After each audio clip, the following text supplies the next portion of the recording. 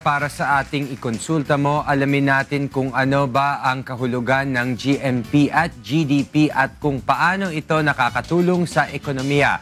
Narito ang aking ninang na si Ninang Riza, isang financial advisor. Good morning, Kuya!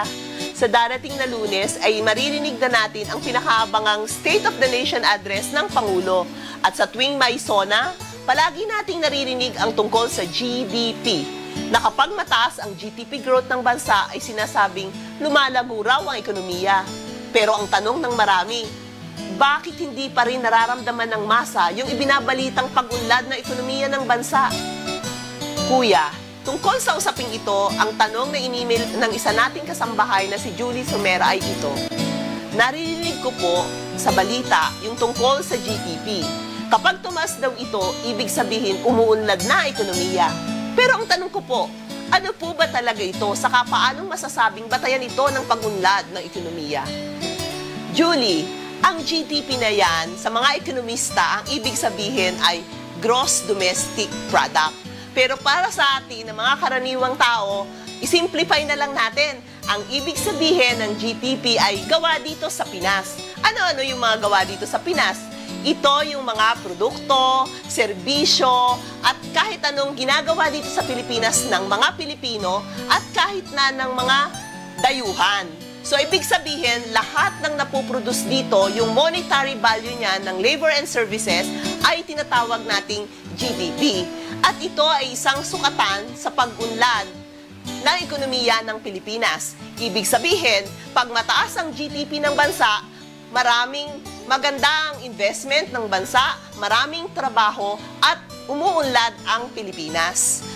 Ngayon, mayroon pa tayong isang batayan na tinatawag naman nating GNP.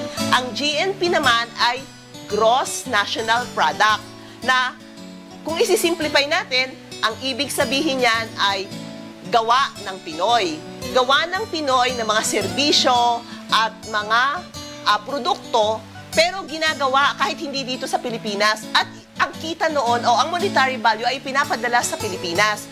Ang isang halimbawa nito ay yung ipinapadala sa atin ng mga OFW. Yung mga sweldo nila na nanggagaling sa ibang bansa ay bahagi ng tinatawag nating GNP.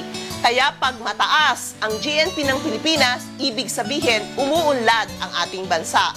Noon lamang 2013 ay umabot sa 22 billion ang OFW remittances sa Pilipinas. So, ito ang mga sukatan ng pagunlad ng bansa, ang gawa dito sa Pilipinas at gawa ng Pinoy o GDP at GNP. Ngayon, Julie, sa tanong mo naman na bakit hindi ramdam ng masa ang pagunlad ng Pilipinas?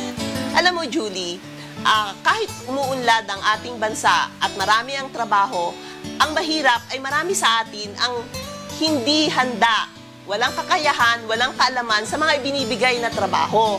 Kaya ang mahirap ngayon ay kahit na dumami ang mga trabaho at marami ang investment dito sa Pilipinas, ay hindi pa rin makakuha ng trabaho ang mga kababayan nating Pilipino. Kaya ang payo ko lamang, tayong mga Pilipino, dapat paghandaan natin ang pagpunta at pagdating dito ng mga investor at pagdami ng kaukulang trabaho. Kailangan nating mag-aral, kailangan nating magsanay, at kung marami tayong kakayahan, tsak, magkakaroon tayo ng trabaho. Ayan, Julie, alam mo na ang pagkakaiba ng GNP at GDP. Kaya sa darating na Lunes, ilan lang yan sa mga abangan natin sa SONA ng Pangulo. Yan lang muna mga kasambahay. Ito ang inyong Ninang Riza. Good morning dyan sa inyo sa studio. Good morning, Kuya! Okay, thank you very much, Ninang Riza Matibag Muyot.